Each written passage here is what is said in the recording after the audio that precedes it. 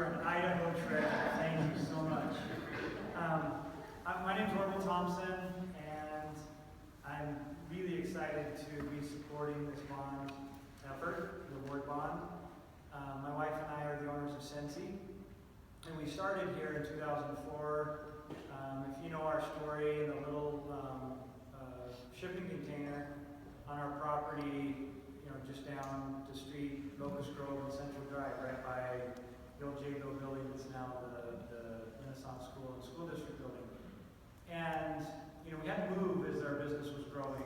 And there was a time when there was a big decision we had to make. Are we going to stay in Meridian, which was not easy for a fast-growing business in an industry that didn't exist in this area, or move to a larger city, where we might find it easier to finding the tools to build our business. And ultimately we decided to stay because we loved it here. Because our kids had friends, they were involved in activities that they liked. But that decision wasn't an easy one. And it's a fine line when we decide where we plant our roots. I'm really proud of what Scentsy has done, what our employees have done, what our consultants in this area have. They've built teams all over the world and what they've been able to accomplish. And the benefit that our little company has been to this community. And we hope that it's a benefit. We hope that when you drive by Scentsy Commons, you have a sense of community pride. That's something that was built from the ground up here in Meridian.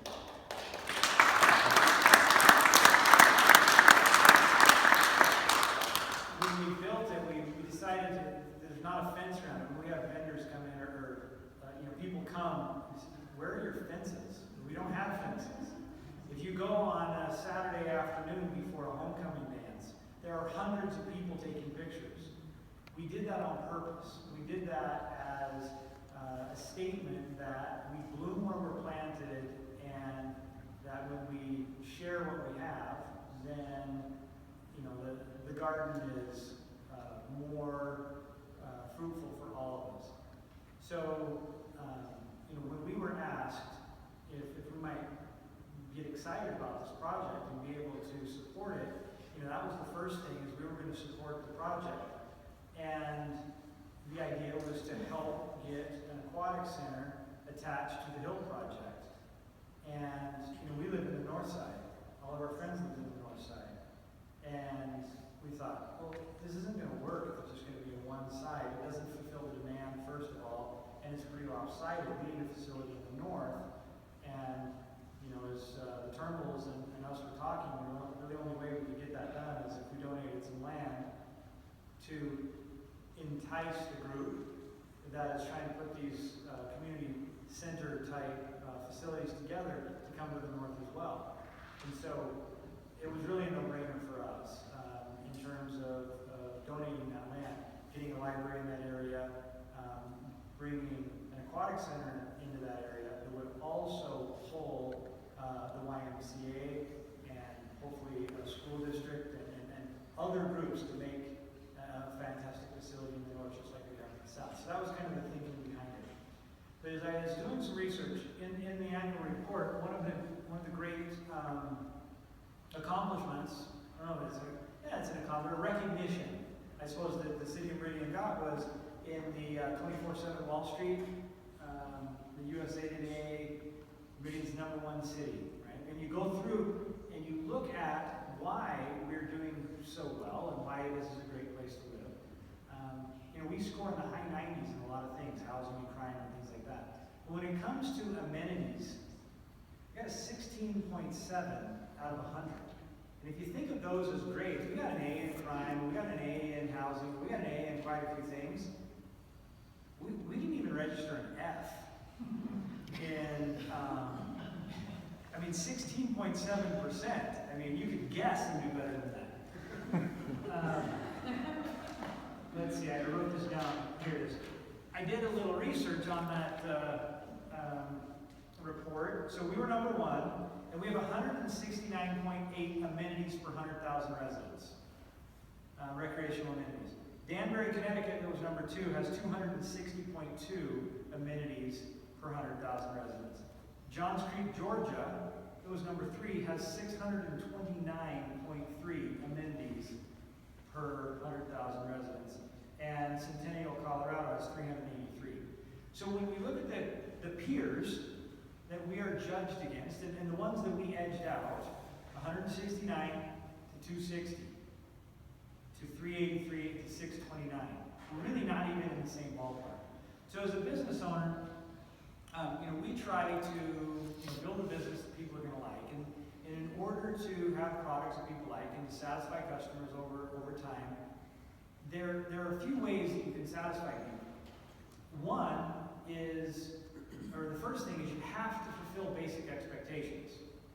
I mean, there can be a coffee shop that has every kind of mocha and chino and latte and espresso possible, but if your iced coffee's warm and your hot coffee's warm, does it really matter if all the other things are good? If the flavor's good, but the coffee's not hot, who cares? Right? So that's a basic expectation. And as wonderful as Meridian is, I believe that we are failing in a basic expectation. And we are resting on some laurels as citizens. We are resting on some laurels that we have a great housing market, that we have low crime, that we have a good education system. Those other things that ranked us high are things that are degrading over time. And a city that doesn't meet its basic expectations when the subdivisions aren't shiny and new, when the population matures a little bit, there needs to be anchors that hold the community together. Otherwise, you get suburban sprawl, and people will move out to the next city or the next city, and then you end up with this kind of barren bedroom community wasteland in the middle. So it requires people like us to build businesses and to anchor them here, but it also requires everyone else as the citizens to provide those amenities that not only they use, but also are the anchors, so when we are attracting people to come work for us, they want to live here. And Aaron talked about this. He moved out to Meridian, but how many Aarons didn't move here because their kids are in the swim team and they don't want to drive all the way to Boise at 6 o'clock in the morning to get them there? Those types of decisions are being made every day. And for us to be a world-class city, we need to invest now in those anchor points so that our citizens can call this a place to be proud of 5, 10, 15, 20 years from now. So that's really what all I had to say. And I hope that you can support us in this effort and continue to help make